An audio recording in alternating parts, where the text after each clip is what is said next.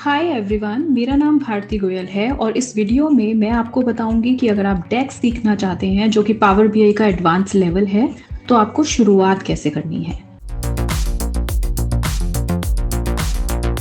तो first tip would be use scalar functions. Scalar functions क्या होते हैं? स्केलर फंक्शंस वो होते हैं जहाँ पे हमारे जो इनपुट होते हैं फंक्शंस में, जो पैरामीटर्स होते हैं, बहुत सारी वैल्यूज होती हैं, लेकिन जो आउटपुट होता है वो होती है single value.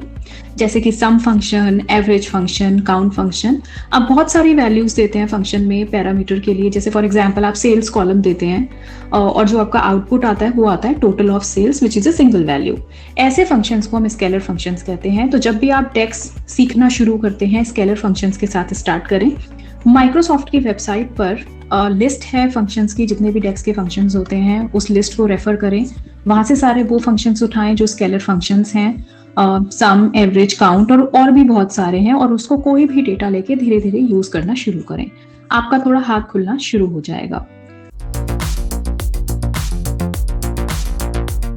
Number 2, use the functions with more than one parameters.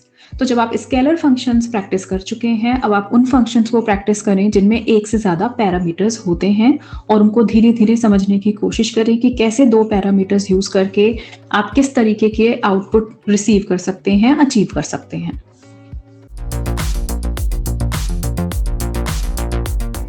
Number 3, आप धीरे धीरे यूज केसेस को समझना शुरू करें कि जब आप स्केलर फंक्शंस यूज करते हैं तो आप फॉर एग्जांपल सेल्स कॉलम ले रहे हैं पैरामीटर में और आपको आउटपुट में मिल रहा है टोटल सेल्स, तो ये केपीआई हो गया। आप इसको एज अ केपीआई दिखा सकते हो।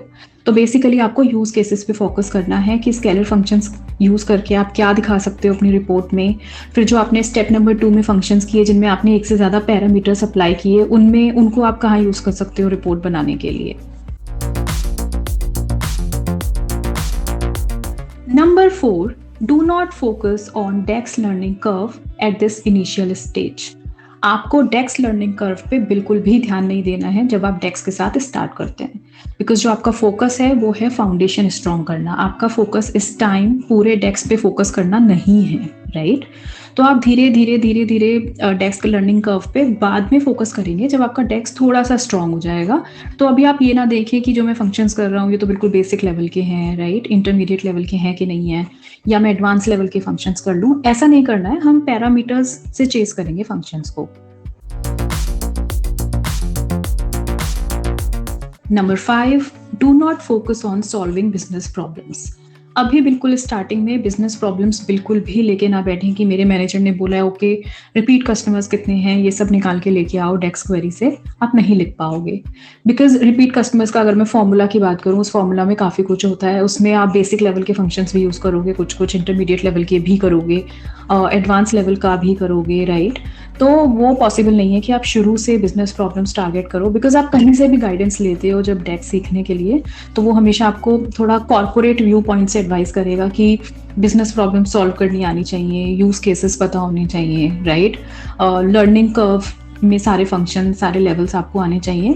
ये सब टिप्स अच्छी हैं, लेकिन जब आप डेक्स शुरू करते हो ये टिप्स तब के लिए बिल्कुल भी नहीं है। अगर आपका डेक्स थोड़ा सा भी स्ट्रॉन्ग है, आपको बेसिक फंक्शंस की नॉलेज है, आपका हाथ थोड़ा बैठ गया है चीज़ों पे, तब आप इन चीज़ों पे फोकस करें।